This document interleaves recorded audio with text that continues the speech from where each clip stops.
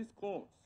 More than 6 hours of court judgment and several years of standing trial on terrorism allegations, leader of the proscribed indigenous people of Biafra, Nnamdi Kanu, was today sentenced to life imprisonment for terrorism.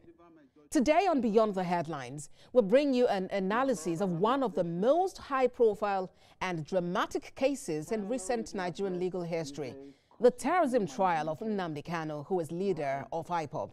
I am Abosedi Adeniraduremi, standing in for Nifemi Oguntoye. The courtroom erupted this morning as Nnamdi Kanu, visibly agitated, refused to comply with court orders demanding to file his final written address and challenging the authority of Justice James Omotosho. The tension escalated into a physical scuffle with security personnel, forcing the court to proceed in Nnamdi Kanu's absence.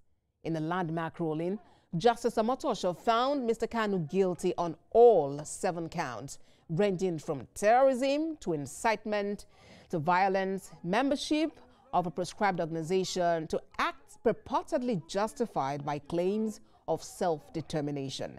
The court stressed that violent means cannot be used to pursue political rights and highlighted the constitutional requirement for any such pursuit to go through proper legal channels.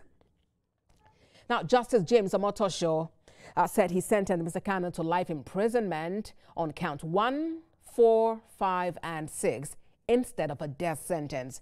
He also sentenced the IPOB leader to 20 years imprisonment on count 3 and 5 years imprisonment on count 7, with no option of fine. He said the sentence shall run concurrently. Now, Mr. Kanu's trial has been one of Nigeria's most talked about legal battles in recent years. He was first arrested in 2015 and charged with treasonable felony and terrorism, but the case has since taken numerous turns. Our Lord himself is merciful. No matter what we do, he is a merciful God. It is on that note that the court will follow this above admonition of Jesus Christ in the above passage and show mercy to the convicts. In addition, the death penalty globally is now being frowned upon by the international community.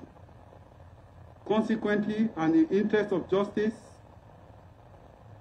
I hereby sentence the convicts to life imprisonment for the said counts 1, 4, 5, and 6 instead of death sentence. Life is sacred to God.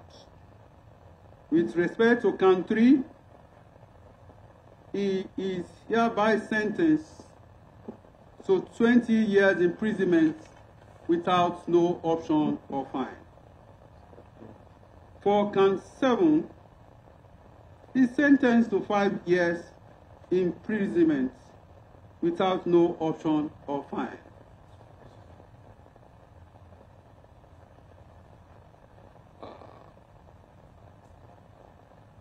To extend the mercy,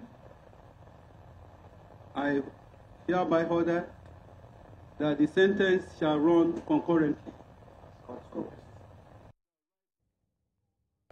Well, joining me to unpack the legal, constitutional, and political dimensions of this verdict would have 2 seasoned legal minds, a former Attorney General and Commissioner for Justice in Kwara State, Salman Jawondo, SAN, and an experienced lawyer, Liberus Shoma. But before that, we'll bring in our correspondent, Celestine Area, who has over the years covered this case and today was in the courtroom bringing us all of the details.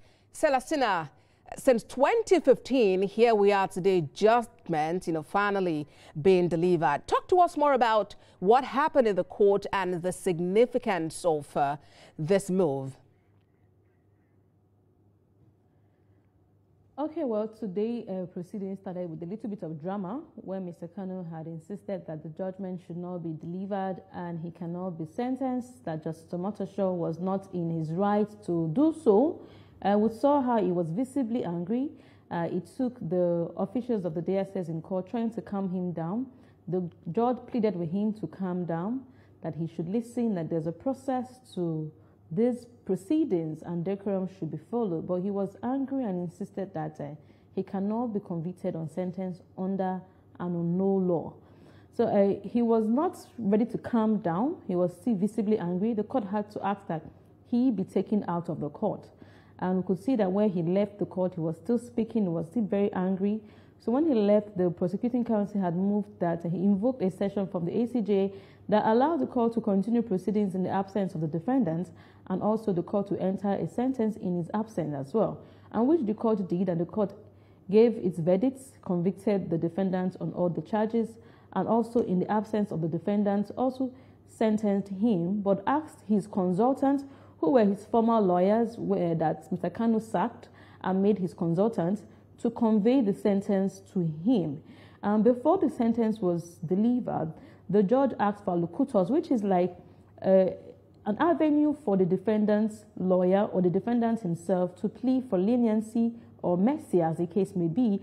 Since Mr. Kanu was not physically present in court at that time, the court asked his lawyer, his former lawyer, Ale Ejimako, to do that for him.